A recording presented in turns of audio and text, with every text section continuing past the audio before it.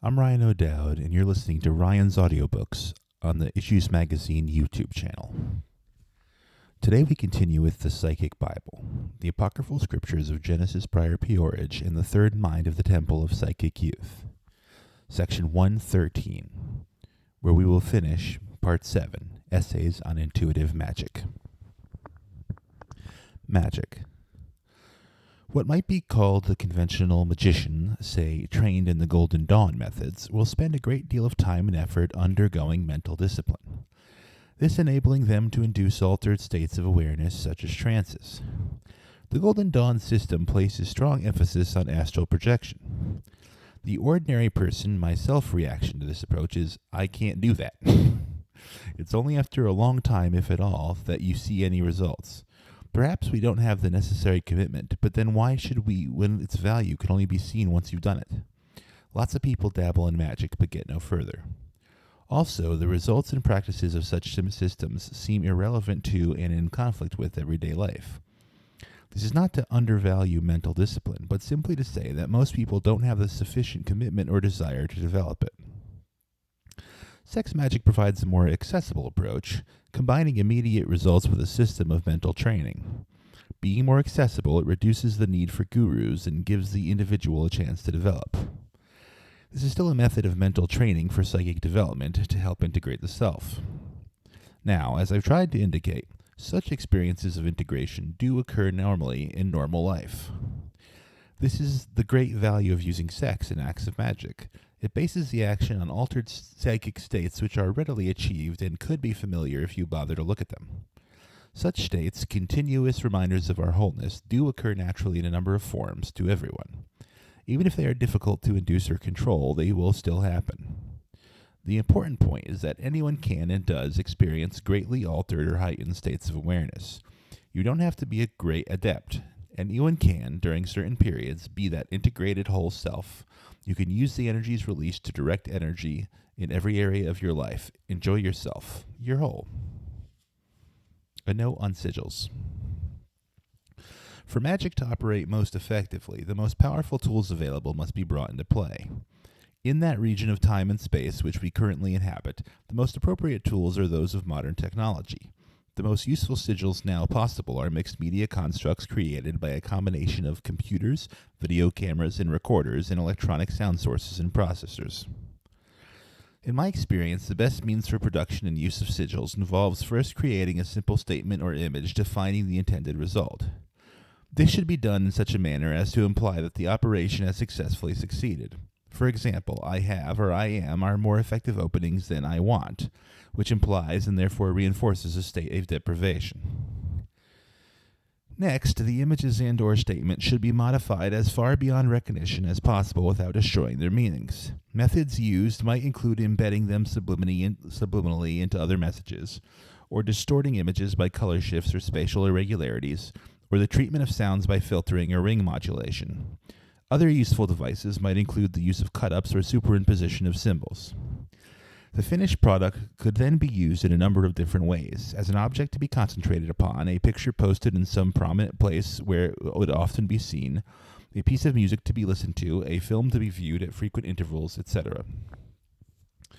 The meaning of the sigil should be ignored, and even forgotten, during this phase of the operation. The image of the result is meant to be embedded upon the unconscious mind, and conscious thought must not be allowed to interfere.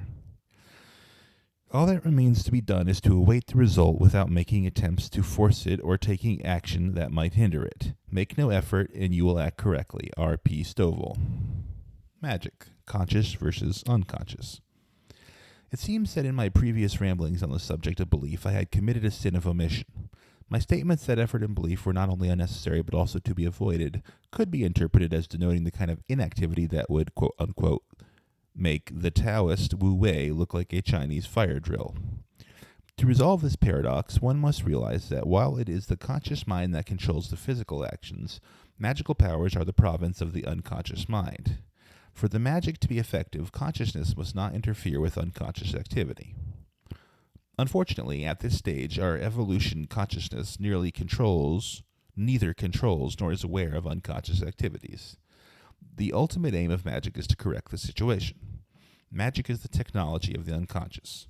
The conscious mind need not believe that magic works. The unconscious knows. All purposeful activity should be completed before the actual performance of the magical operation. For example, in planning a ritual, all elements must be designed to point towards the intended result, but must not be consciously perceived as such. A perfect ritual would, in fact, seem to be completely nonsensical. It should so distract the conscious mind that no thought of the result appears during its performance. As another example, in divination, one should first frame the question and then perform the necessary operations without thinking of it. The result should then be interpreted by free association without reference to the question. The answer should only be compared to the question after its interpretation. Remember, through the practice of magic, the conscious mind may eventually develop a link to the unconscious. At this stage, all the devices may be discarded and results brought about by direct action. This should be our final goal. TOPYNA. A note on the sex magic of the OTO. When Aleister Crowley was made head of the OTO, he was enjoined with the task of writing complete rituals for that organization. Such rituals had previously existed only in skeletal form. It is clear from a study of Crowley's extant writings that he never completed this job. Furthermore, I know of no group claiming OTO dispensation using a complete and consistent set of rituals. Some do not even use the same formulae taught by Rouse and Crowley. For those interested in the use of these formulae, complete practical instruction can be found in Liber Aleph, particularly in chapters 82 to 95. There's also much useful information to be found in Magic Without Tears. These are probably the two most important Crowley works for the practicing magician. For further study, I would recommend the novel Out by Ronald Sukenik, difficult to obtain but well worth the effort, read in conjunction with Crowley's Book of Lies, especially chapters 23 and 61. These words contain everything the serious student will require, TOPYNA, and there's a section break. About belief. It is not necessary to believe in order to perform magic. In fact, belief is a barrier to success second only to the overpowering desire to succeed. Both these stumbling blocks are, in a sense, identical, as they both symptomize the quote-unquote lust of result. The keys to the successful completion of any magical operation are imagination, will, and love. In order to succeed, one must first imagine the result. Next, the will must be used to focus upon every conceivable detail and make the product of the imagination seem as real to one as those circumstances that the operation is to alter. Finally, love is brought to play to cause the mind, the unconscious mind in particular, to merge with the result. The desire to succeed blocks success by dividing the function of the will, part of which is now expended in the unneeded effort to think of accomplishing the result rather than the result itself. In a similar but more insidious manner, one's beliefs prevents the faculty of love from being fully applied to the union with the intended effect. A peculiar upshot of all this is that one is often more magically effective when one does not even attempt to achieve anything from one's exertions. In many cases, one is more likely to see issue from a particularly vivid daydream, sometimes even from a mere idle thought. This is because without intent, the faculties of imagination, love, and will are able to act at peak efficiency, free from all interference. To manage this in a planned operation is not easy. Perhaps the best way to do so is to utilize an abstract image symbolizing the result, a sigil, for example, or a meaningless image with subliminal embeds, and to focus the mind upon this image so strongly as to exclude all else. On finishing this process, one should then throw oneself fully into some other task, so that further thought on the subject may be avoided. This should assure the result. TOPY. Section break. Formulating links. Suppose you have an ally whom you wish to communicate with, but is too far away for you to speak to or see in person. How do you communicate with them across the seemingly unbridgeable gulf that separates you? Magical links are one way. A magical link is a means of transcending geographical distance in order to communicate with persons not physically present. Whether this communication is collateral, i.e., whether the sender actually communicates with the receiver in such a way that the receiver is conscious of it, is open to debate.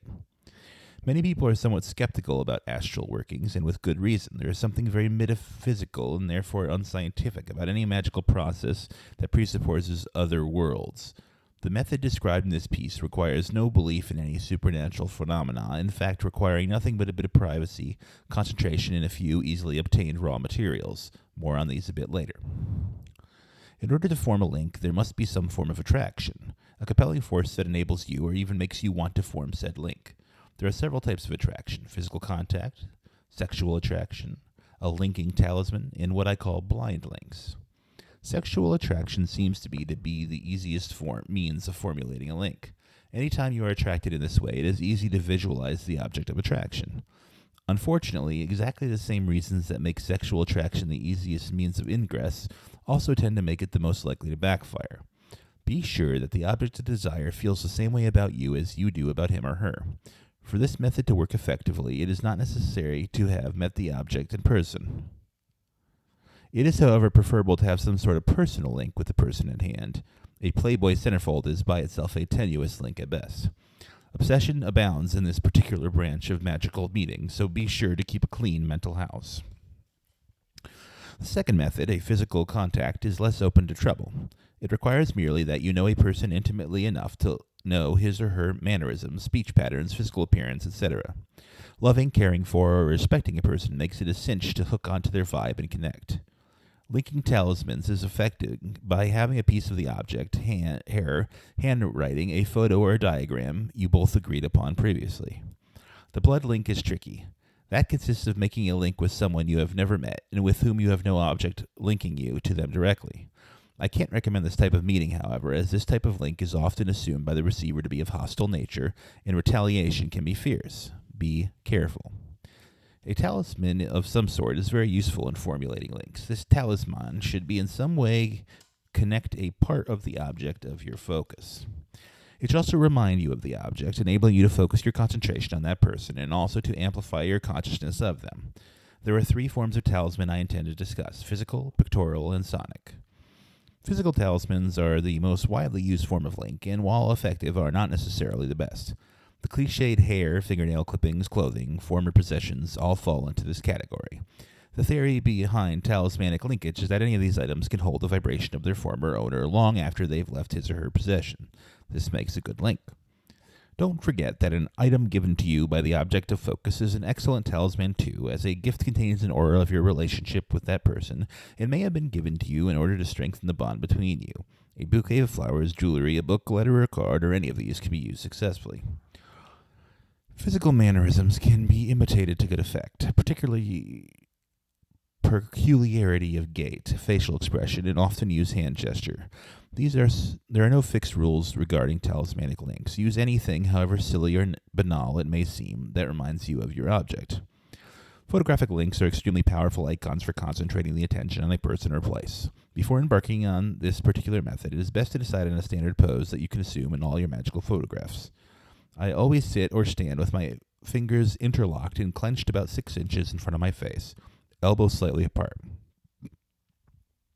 Every muscle should be kept tight, but comfortably so. Having a mirror in front of me helps, but if none is handy, I treat the camera lens as if it were a mirror itself. Before taking the photos, I try to zone out as much as I can, visualizing myself where I am in present time. I try to visualize a thread or tear in time that will enable me to travel back and forth in a space-time at will. If you are photographing yourself to send as a link to another person, try to imagine that person as being with you. Where is that person now? Be with them. Try to visualize being both parties at once. Photographing yourself and the object together may be the best if it is possible. You should both be in your set poses, both imagining you are separated again. Focus on being alone, of reaching out to be with your friend again. Focus on being alone, of reaching out to be with your friend again. Perhaps you could both be in your set poses, both imagining you are separated again. Focus on being alone, of reaching out to be with your friend again. Perhaps you could both face one another and each picture the other as being your reflection in a mirror at home. Click. To illustrate a method of re-evoking a specific place, let me now cite at length a personal example. While walking along a faraway stream, I tripped and cut my hand on a piece of quartz. I held the rock in my palm, stretched my bloody hand out, each finger strained as far as possible. As I snapped the picture, I imagined looking at this photo at home, of longing to be in this beautiful place at will forever. Now I merely have to project this slide on a wall, zone out, outstretch my hand in that same position, and place the piece of quartz on my palm, and I am there again. I hear the birds scolding, the rustle of the trees, the rushing water. My hand stings where it has been cut. It's really uncanny. The last form of talisman I want to discuss is sonics. This is one of the most outmoded and overlooked devices in modern magic, and its potential is nearly limitless. It is complex as well as neglected. Therefore, I will devote a bit more space to it than I did the others to encourage more research in this area. First off, a portable, fairly good sound quality tape recorder is essential. Don't leave home without it. Editor's note, or some kind of digital recorder. The three types of sound talismans I'll discuss here are voice, music, and incidental or ambient sound. A recording of a person's voice is an almost unerring link. It contains the mood, the personality, and piece of their very soul, however you define that elusive critter. By recording a person's voice, you are literally trapping or encapsulating a part of them in time, one that you can go over again and again. Using the cut-up method, very simple with audio tape, you can restructure what they originally said, either randomly or by design. With two tape recorders, you can make new types of edited or cut-up versions of the original speech. Cut-ups introduce the random factor and can be used for defining the person's real intention behind the words spoken. Inflection and emphasis of keywords can be more easily perceived when heard out of context. So you mix it all up like a shaker full of dice and see what sort of random patterns you end up with. It can be quite oracular at first and utterly incomprehensible at worst. That's the random factor for you. The inflection and accent of the object can also be mimicked, perhaps along with their physical mannerisms. This, too, is an almost certain link. Is there a song that reminds you of that person, perhaps one you first heard with them? You can evoke that person by listening to or singing that song. Or maybe the lyrics use that person's name or remind you of them. You'll be amazed at how evocative a schlocky pop song can be if it contains memories of a certain place or person, or even a phase of your life.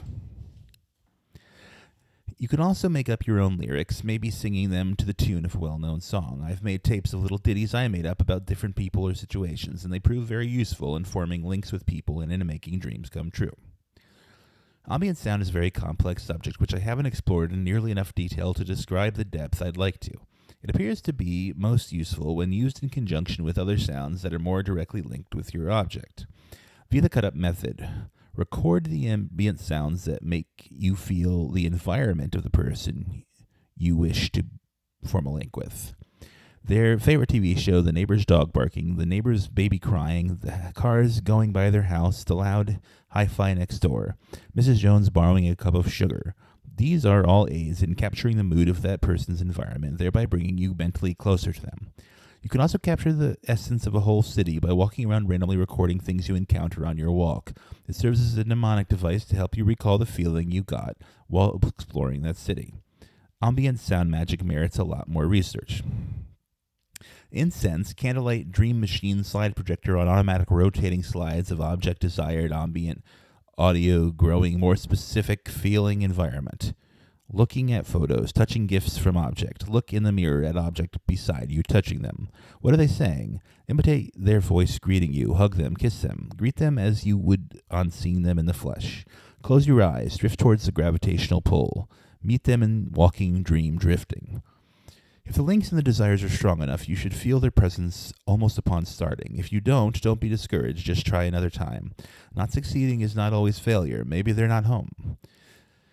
A few last remarks. You can't have too many links. Try to accumulate as many as possible to flood each of your senses with reminders of the person on whom you are focusing. The closer to sensory overload, the better. A link with a person is always a violation of that person's space. Make sure you are welcome there. Links can be used for an attack as well as a friendly visitation. Be aware that people under attack often retaliate. Also remember that unforeseen side effects almost always occur in such attacks. They have a nasty habit of bouncing right back to sender with a little additional backspin. A wish to injure someone can easily result in much more serious injury than you had wished, which might make you feel guilty or regret such action. Only attack someone you really want to destroy. No half-stepping around. I deplore banishing myself, but linking up with other people can easily lead to obsession. Make sure it's a person you want to be obsessed with or banish after each meeting. Above all, don't take anything that transpires between you and the object of your link as being objectively true. I have found that each transmission contains some truth, but it's really hard to separate unless you approach the object with the results you're meeting. Then they'll tell you which parts are accurate and which are wishful thinking on your part. Never base a decision solely on the results of a link-up, without checking those results of the object for accuracy, or at least using logic, i.e., what you already know about the issue at hand and intuition. Never make a decision that goes against your gut instinct, no matter what a link-up tells you. I hope this little piece is helpful to you as a guide to formulating and using links. Every method I discuss is one that I have tried myself, and each works for me to a greater or lesser degree. However, this article is based solely on my ideas and results. I would like to expand this rough beginning based on your ideas and research. Please help enlarge and expand on this admittedly feeble beginning on a subject that could, in fine-tune, be so useful and beneficial to us all. Coyote 2, November 27th, 1989. During the early days of Cume in Hull, Yorkshire, we were friends with Alan Worsley, who was doing serious research into lucid dreaming, guided dreams, and planned meetings with other people who were also sleeping yet shared some of the dream landscape. We recommend you Google Alan Worley online for more information on the amazing success he has achieved. He visited Temple of Psychic Youth in Exile in 1994 in California and is considered our Temple of Psychic Youth mentor on dream sciences. Genesis P-Orridge. Thus concludes today's reading of Part 7, Essays on Intuitive Magic, from the Psychic Bible, the Apocryphal Scriptures of Genesis P-Orridge in the Third Mind of Temple of Psychic Youth. Tomorrow, we begin with segment Part 8, Love with Horns.